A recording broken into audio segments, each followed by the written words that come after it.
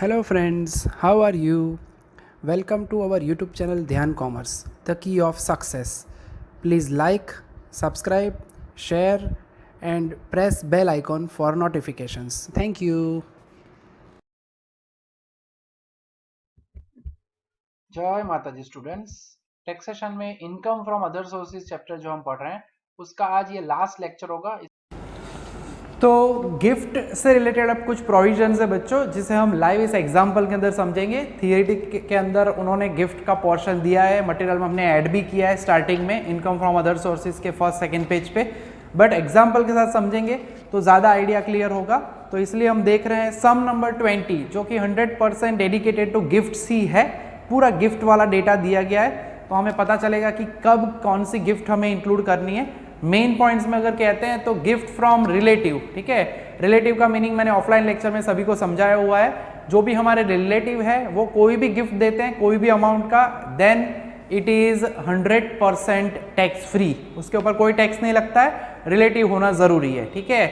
Relative के अंदर भी हमने एक्सप्लेन किया ही था कि जो भी हमारे रिलेटिव्स होते हैं मेनली, ठीक है, ब्रदर्स सिस्टर्स कजिन्स जो हम कहते हैं, उसके अलावा चाचा जी नाना जी दादाजी एटसेट्रा एटसेट्रा, वो डिटेल मैंने समझाई हुई है। उन्होंने अगर गिफ्ट दिए then it is tax free, ठीक है। अगर कोई है आपका ब्रदर इन लॉ है, उनके फादर इन लॉ अगर आपको गिफ्ट देते हैं देन इट इज 100% टैक्सेबल, खास याद रखना है, ठीक है। मेन हमारे कनेक्शन में डायरेक्टली कनेक्टेड टू अस है, उनसे रिलेटेड कोई भी अमाउंट का गिफ्ट है then it is tax free. दूसरा है प्रॉपर्टी वाला पार्ट है, मूवेबल एंड इमूवेबल प्रॉपर्टीज, ठीक है। अगर वैसी कोई प्रॉपर्टीज है तो उसके अंदर जो अमाउंट दी जाती है वो स्टैम्प वैल्यू एंड उसकी जो होती है मेन फेयर वैल्यू जो होती है प्राइस फॉर द मार्केट, उनका डिफरेंस निकाला जाता है एंड वो अमाउंट अगर 50,000 से ज्यादा हो देन इट इज टैक्सेबल, ठीक है। तो वो हम ऑब्जर्व करने ही वाले हैं अभी, हमारे पॉइंट नंबर 7 के अंदर आएगा सम नंबर 20 में। तो शुरू करते हैं हमारा सम, पेज नंबर 216, सम नंबर 20। मिसेस वृंदा की डिटेल्स दी गई है। Gift of ₹20,000 from her husband's brother, ठीक है। अब हस्बैंड का ब्रदर हुआ, यानी नेचुरली जो है ब्रदर इन लॉ हुआ वृंदा जी के लिए, then it is not taxable, ठीक है। डिटेल हम यहां पे लिख रहे हैं, gift received from her husband's brother, वैसे ये सीधा भी लिख सकते थे from her brother in law, मगर नहीं लिखा उन्होंने, ठीक है। सो कोई टेंशन नहीं है, so it is not taxable, पहला वाला एग्जेम्प्टेड होगा। सेकंड बोला हुआ है gift from of ₹50,000 from her father's brother, uncle लिख सकते थे मगर जानबूझ के कंफ्यूज करने का ट्राई कर रहे हैं। सो गिफ्ट ये जो है वो रिलेटिव्स माने जाते हैं, ठीक है। Received from her father's brother, ठीक है। सो आगे छोटे छोटे 3 एग्जाम्पल हम पावर पॉइंट प्रेजेंटेशन में समझ चुके हैं जो कि एकदम बेसिक या सिंपल थे। ये थोड़ा कॉन्सेप्चुअल है, इसलिए हम रेगुलर लेक्चर की तरह ही ऑफलाइन जैसा कॉन्सेप्ट वाइज पढ़ रहे हैं बोर्ड के ऊपर। तीसरी डिटेल है, खास ध्यान रखना है, कनेक्शन जो है वैसे क्लियरली मेंशन किया गया है। Cash gift of ₹25,000 from her employer, उनके एम्प्लॉयर है, तो खास याद रखना है ये जो है कैश गिफ्ट फ्रॉम एम्प्लॉयर जो है वो होता है taxable under the head of salary, ठीक है। यहाँ पे टैक्स फ्री है ऐसा नहीं कह रहे हैं, बट सैलरी के हेड में उसे इंक्लूड करते हैं तो वो इनकम फ्रॉम अदर सोर्सेज में इंक्लूड होगा नहीं, ठीक है। उस वजह से यहाँ पे हम डैश करेंगे, यानी cash gift from her employer, ठीक है। सो एम्प्लॉयर जो है वो गिफ्ट दे रहे हैं, then it is included under the head of salary, ठीक है। इज इंक्लूडेड लिख रहा हूं under the head of salary, इस वजह से हम उसे यहां पे इंक्लूड नहीं कर रहे हैं। खास ध्यान रखना, ऐसा नहीं है कि it is not taxable, but इस हेड में नहीं है। ऑलरेडी ये 25,000 हम सैलरी के हेड में इंक्लूड कर चुके हैं, तो यहां पे इंक्लूड नहीं होगा। अब यहां पे देख सकते हैं gift of jewellery, fair market value of which is 4 lakh, 4 lakh की अमाउंट की ज्वेलरी है on 5 August 2019 from her faience. अब याद रखना है हस्बैंड हो गिफ्ट दिया हो तो अलग बात है, अभी वो मैरिज हुए नहीं है, फियांस बोला गया है, सो इट इज 100% टैक्सेबल, ठीक है। सो याद रखना है खास, so gift of jewellery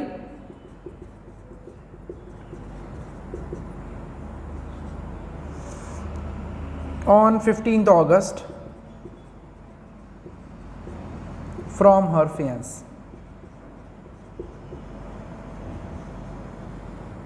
okay, तो 4 लाख की अमाउंट अब तक टैक्सेबल हुई है। नेक्स्ट डिटेल में जाते हैं। Gift of ₹21,000 each receive from her 4 friends on the occasion of marriage. अब याद रखना है, मैरिज का ओकेशन होता है तब स्पेशल केस में बताया गया है कि चाहे कितनी भी अमाउंट देते हैं friends, then it is not taxable on the occasion of only marriage, क्योंकि मैरिज तो नेचुरली लाइफ में एक ही बार होता है ऑलमोस्ट, ठीक है। एक्सेप्शनल केसेस में 2-3 हो जाए, बट टैक्सेशन के अंदर हमें बताया गया है under the head of income from other sources, gift received on the occasion of marriage is not taxable, ठीक है। So received on the occasion of marriage, marriage के लिए अगर कोई भी गिफ्ट दिया जाए, इसके इलुस्ट्रेशन भी है, then it is not taxable. यहाँ पे हम ये समझ रहे हैं, जो हिस्सा ज्यादातर ऑब्जेक्टिव में दिखता है, ऐसा पूरा क्वेश्चन गिफ्ट वाला आपको नहीं मिलेगा, ठीक है।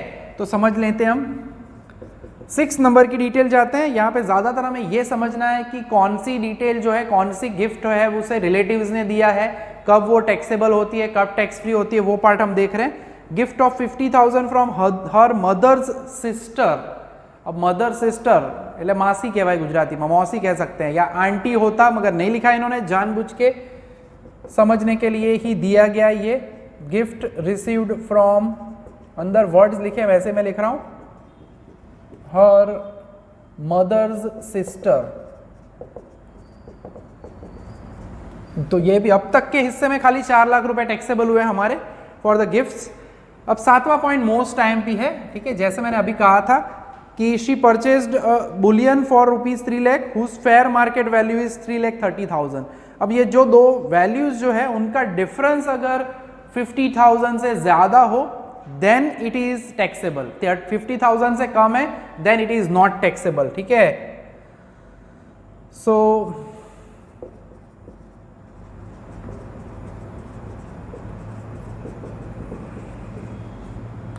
परचेज बुलियन फॉर 3 लाख, खाली बुलियन लिखो तो भी चलेगा, परचेज बुलियन, ठीक है। एंड डिफरेंस जो है 3,30,000 माइनस 3 लाख, ये आपको खाली समझने के लिए लिखवा रहा हूँ, एग्जाम में लिखने की जरूरत नहीं है। 30,000 है, ठीक है, and it is less than 50,000। 50,000 से ज्यादा हो तो ही टैक्सेबल होता है, सो नॉट टैक्सेबल। ये आपके समझने के लिए है, ठीक है। ऐसा ही पॉइंट सामने हमारे पास 12 नंबर का है, उसके अंदर हम समझेंगे कि अगर 50,000 से ज्यादा हो तो then it is taxable. Movable property, immovable property, उन सभी के लिए ये केस रहता है, ठीक है। यानी अब तक के लिस्ट में अगर देखते हो तो खाली 4 लाख रुपए जो है वो टैक्सेबल आए हैं हमारे लिए, ठीक है। बाकी अब तक कोई डिटेल आई नहीं है। 8 नंबर जो है स्कॉलरशिप दी गई है, स्कॉलरशिप, एंड स्कॉलरशिप होती है बच्चों, वो यहाँ पे लिख के बताया गया है, charitable institution registered under section 12AA, then it is not taxable any more. Scholarship received, यानी ये भी नॉट टैक्सेबल होगा, यानी हम देख रहे हैं ज्यादातर नॉट टैक्सेबल ही डेटा दिख रहा है। 9 नंबर क्या दिया गया है। अब जब भी कोई भी गिफ्ट का अमाउंट होता है बच्चों, खास याद रखना है, इंडिविजुअल नहीं गिनना है, एग्रीगेट गिफ्ट्स दी जाए, यानी कि पहले पर्सन ने, अगर देख सकते हैं 9 नंबर में, gift of ₹71,000 from her husbands friend, husband ने दिया होता तो टैक्स फ्री होता, मगर हस्बैंड के फ्रेंड ने गिफ्ट दिया है, वो अमाउंट 71,000 है, देन इट इज टैक्सेबल। हम लिखेंगे यहाँ पे टैक्सेबल होगा 71,000, ठीक है।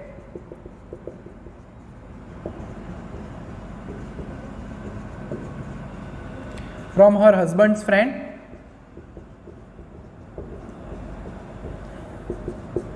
अब 10 नंबर में क्या है, तो 25,000 दिया है मदर्स फ्रेंड ने, मदर ने दिया होता तो टैक्स फ्री होता, मदर्स फ्रेंड ने दिया है। अब ये खाली 25,000 को दिमाग में नहीं रखना है, जनरली हमने बोला है अगर गिफ्ट 50,000 से ज्यादा हो, एक पर्सन की बात नहीं कर रहे, एग्रीगेट, ऑलरेडी उनके पास गिफ्ट में 71,000 आ चुके हैं, उसके ऊपर 25,000 यानी प्लस 25, उसके बाद 12 नंबर के पहले 11 नंबर में भी प्लस 25, यानी वो कितना होता है, मोर देन 50,000। एग्रीगेट जितनी भी गिफ्ट उन्हें मिली है प्रीवियस ईयर में, उन सभी का टोटल अगर 50,000 से ज्यादा हो, इंडिविजुअल नहीं कह रहे हैं, ठीक है, then it is overall it is aggregate amount is taxable, यानी 71,000 टैक्सेबल होगा, एज वेल एज ये भी, क्योंकि अमाउंट 50,000 से ज़्यादा है, ठीक है। Gift received from her mother's friend.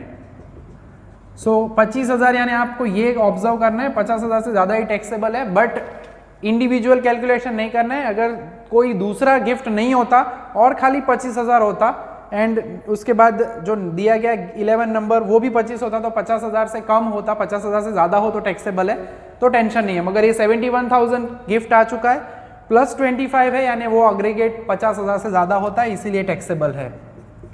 And 11 number भी टैक्सेबल होगा। Her sister's father in law, sister gift दे तो चलेगा, उनके खुद के फादर इन लॉ दे तो चलेगा, मगर सिस्टर के फादर इन लॉ, सिस्टर का फ्रेंड, सिस्टर का ब्रदर वो अलाउ नहीं होता according to the definition of relative under the taxation system, ठीक है।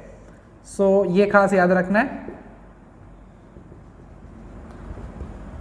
सो छोटा सा प्यारा सा हिस्सा है, मगर गिफ्ट का प्रोविजन समझने के लिए ये कर रहे हैं पूरा समम।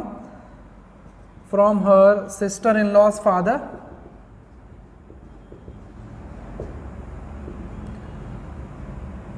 Sorry from her sister's father in law, in either case taxable ही होगा क्योंकि सिस्टर ने नहीं दिया है। 12 नंबर जो मैं कह रहा हूं अभी 7 नंबर में जो हमने डिस्कस किया difference amount, difference between the amounts, ठीक है। So she purchased immovable property,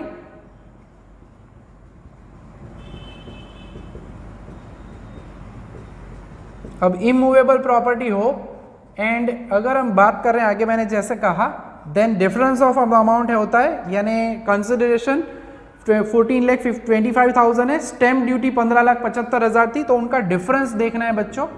अगर ये डिफरेंस 50,000 से ज़्यादा होता है और ये डिफरेंस की वैल्यू जो है वो होगी 1,50,000, तो हम सीधा यहाँ पे राइट साइड में लिखेंगे देन इट इज़ टैक्सेबल, ठीक है। टैक्सेबल है तो लिखने की ज़रूरत नहीं है, सामने हम लिख चुके हैं।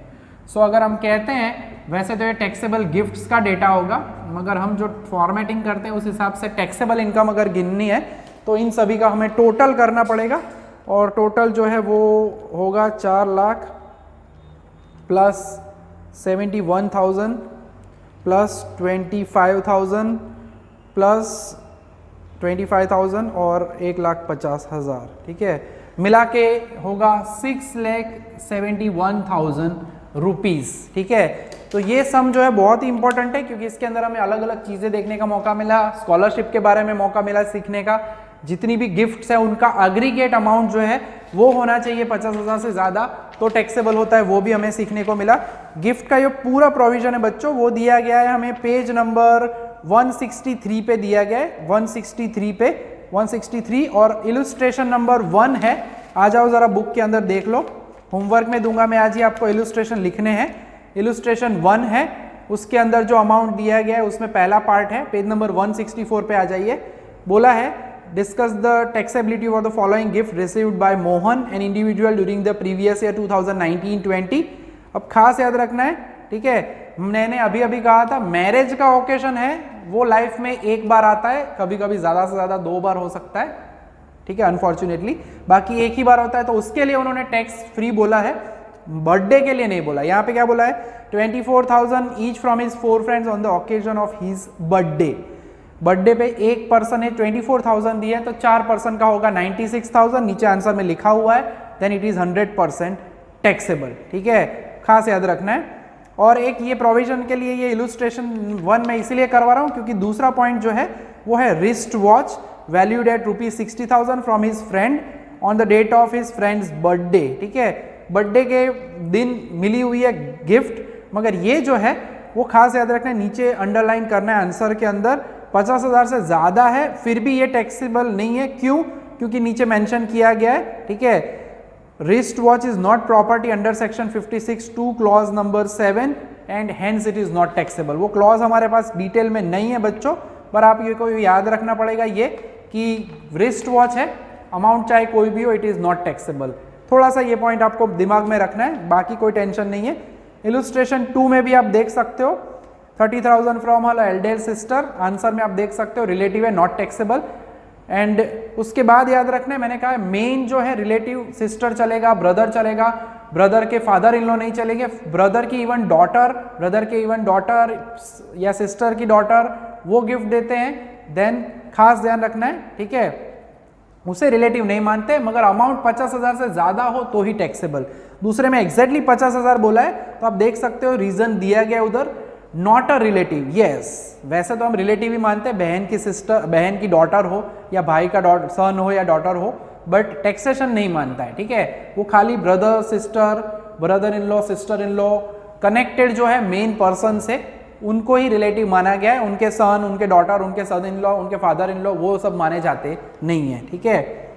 लास्ट में बोला गया various friends of Divya on the occasion of marriage, हम कह चुके हैं ओकेशन ऑफ मैरिज है दैट इज 100% टैक्स फ्री, उसके ऊपर टैक्स लगता नहीं है, ठीक है। उसी तरह से इलुस्ट्रेशन 3 भी आप देख पाओगे, इलुस्ट्रेशन 4 में भी आपको डेटा दिया गया है। सो इन शॉर्ट गिफ्ट से रिलेटेड पूरा प्रोविजन है, वो आप आराम से समझ पाओगे, ये एक इलुस्ट्रेशन ही काफ़ी है।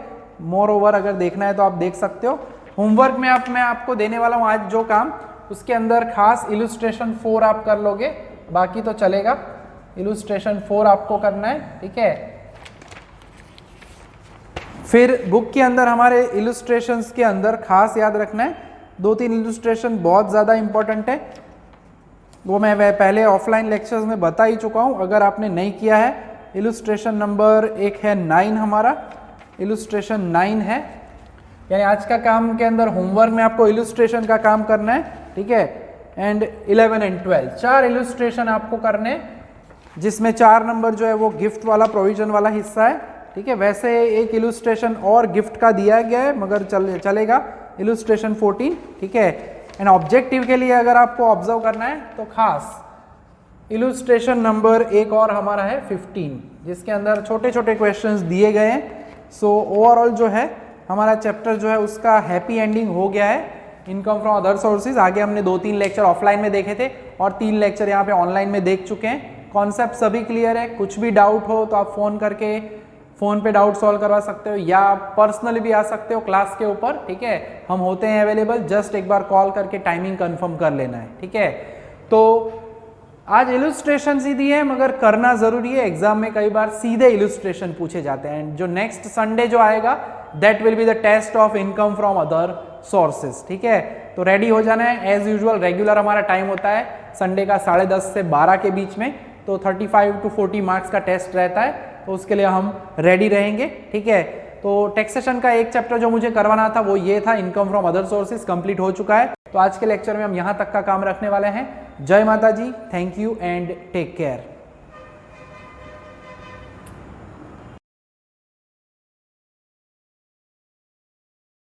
Please like, subscribe, share and press bell icon for notifications.